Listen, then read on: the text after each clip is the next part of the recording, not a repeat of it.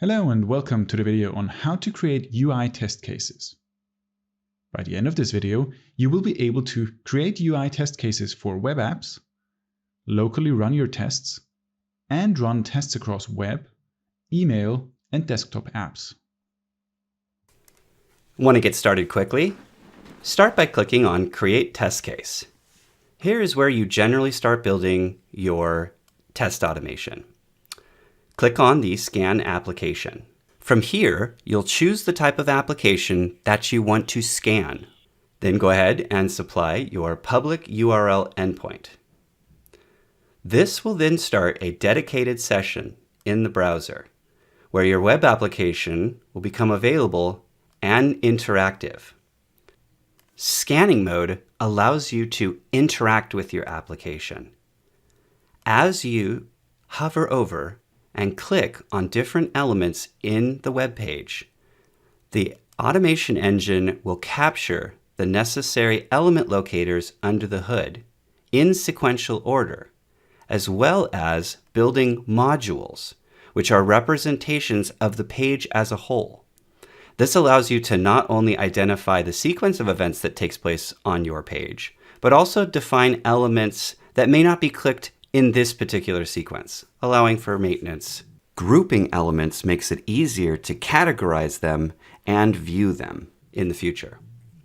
Then you can simply go into each one of those elements and for your particular use case, provide the data values to steer your application's use case for this particular test automation. We'll speed this part up. Once the necessary input values have been defined, you can then do a partial execution of your test case so that the web page catches up to your test script. You can then move forward, incrementally repeating the process and capturing additional elements as you build out your use case. So here, we'll grab these elements. We'll then go ahead and regroup them, creating the next section, and then fill in all the necessary data. Again, we'll speed this process up. Okay, the test script is looking good. Let's go ahead and re-execute just this section so that we can proceed forward to the rest of our application. Now, you will do this as many times as you have pages for your particular use case, repeating the process of capturing and grouping and executing in an interactive way against the application, all the while building a reusable module that you can use later. Okay, our test script is looking good.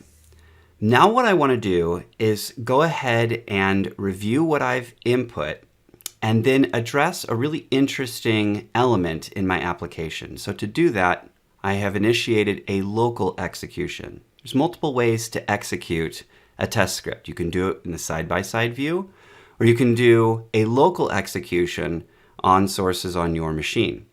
The reason that I'm doing this is because there's an interesting element in my application right here, a table.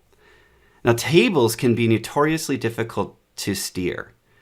Tosca Cloud allows me to use an advanced element selector to interact with the table. What I'm doing here is scanning that table.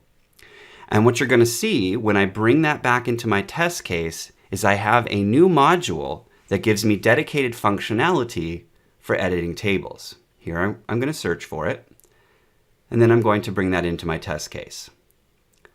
The table view allows me to see the available columns that were observed in the application and then interact with those directly so that I don't have to create overly complicated element expressions. I can directly interact with those values that are important to me. I'll go ahead and duplicate this one and then provide additional information for a different row in the table because there are a couple of things that I want to click on and validate. Okay, now that that's set, I'll go ahead and run that again on my local environment, and I see that it successfully interacts with the table. Okay, moving on, I want to finalize this use case. which means that I'm going to run in the side-by-side interactive mode again, to verify that it can proceed forward through the table steering and move on to additional aspects of the application. In this case, directly clicking an item for next, and then one to actually receive the quote. And as you can see, I'm just going back and forth between my interactive mode and actually entering information for the elements in the table, just as I did before. Grouping them so that I can easily understand the different actions that are taking place in my application, as well as providing information that could be sensitive in a masked way so that it's not shown to my end users. We'll finish it up with a series of actions to initiate sending an email. And then once that's complete, my test case is ready to go. Everything we've seen up to this point has been interacting with HTML web pages, but there's a lot more we can do here. This particular test case is actually interacting with the desktop application directly. Tosca Cloud not only supports HTML web pages, but also desktop applications. You would generate the test case using the advanced scanner that we showed you before. And what is now happening is it's using that same execution engine to directly interact with a thick client application. You can intermix these types of testing to create a complete end-to-end test experience. As you come to the end of this video, you should now be able to create UI test cases for web apps, locally run your tests, and run tests across web, email, and desktop apps.